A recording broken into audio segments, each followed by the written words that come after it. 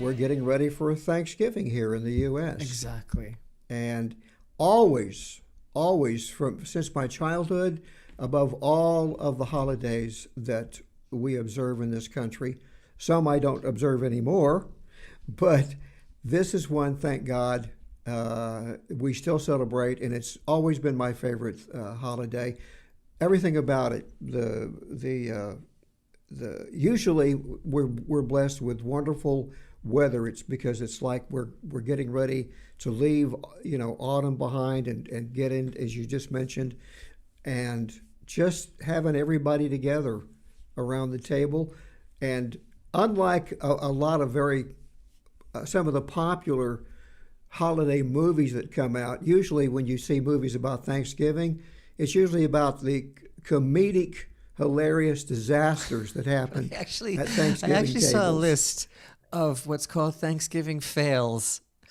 Like the most common Thanksgiving fails, like how many percent, like percentage-wise, how many times this happened. And there was a list of things like, I forgot to defrost the turkey, I forgot the cranberry sauce, the turkey's undercooked, the turkey caught on fire, a pet ate the turkey, all sorts of things like that. So it's a whole... Well, not just that, but the movies generally are all about the fails in the family, because all of the family dynamics come out apparently at the Thanksgiving table. Again, thank God, Baruch Hashem, I've never had to experience that. Every Thanksgiving I remember, it just literally warms me up. Except the one I think of that was when I was single and was living away from home and couldn't make it back to be with the family, and that really felt bad.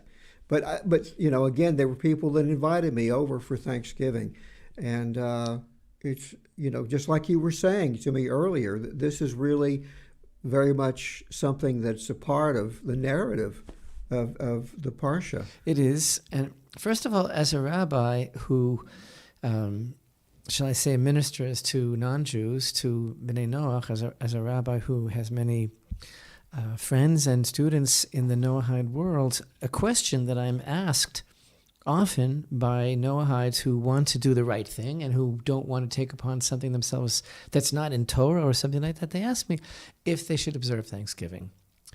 And I think... That's a surprising question, I think. Well, I guess some are overly zealous to make sure that they're not making up something new and that they want to be in the confines of Hashem's will. And I'm emphatic that I think it's a wonderful thing, absolutely. One could say, like, not cynically, one could say, like, tongue-in-cheek, every day should be Thanksgiving, and it really should be. But since it's not, and since most people become somewhat desensitized from giving thanks, that's just like par for the course of being a person, is that people get very preoccupied with the here and now. So at least to take one day aside and say this is really our time for thanking God, that is like such a beautiful concept. I don't know if it's still like that, so I was just kind of looking things up, and I see that the first Thanksgiving was based on the colonial pilgrims' 1621 harvest meal.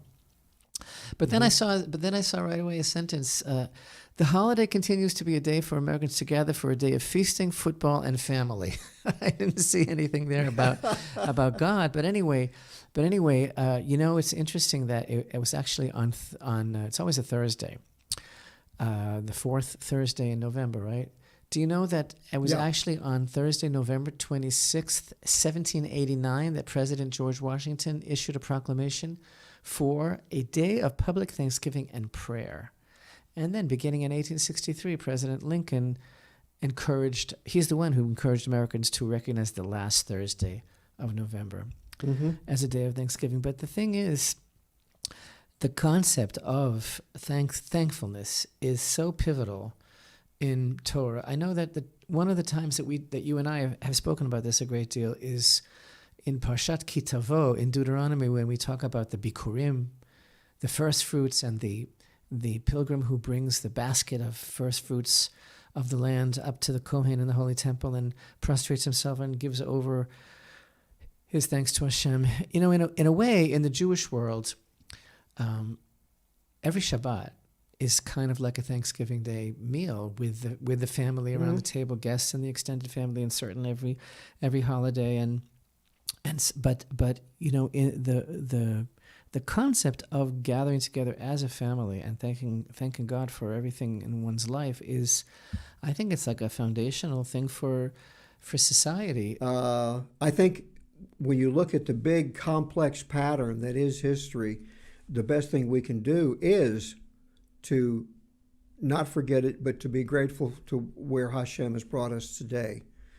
And one more word about thanks, just as a postscript, you know, and I know that we've spoken about it before, but it's so much a part of a healthy mindset. It's so much a part of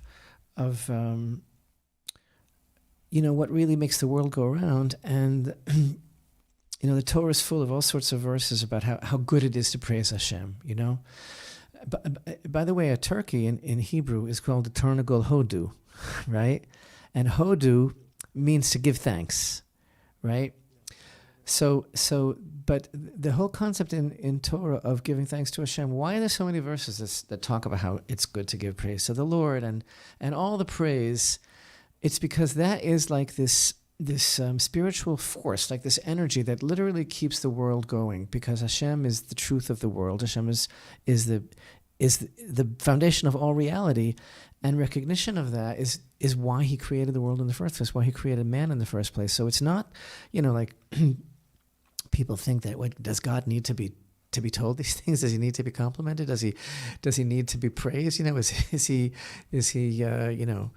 That's not it at all. It has nothing to do with anything on that kind of a human understanding. It's that this is really, literally the nourishment of the universe. To thank Hashem, which actually leads us directly back to the beginning of this week's Torah portion, because that's really the concept of prayer altogether. The concept of prayer altogether is that it is this tremendously positive energy that goes and sustains the world and sustains all of creation. You know, man reaching out beyond the confines of his own intellect and striving for a connection with the Creator is literally the nourishment of the cosmos.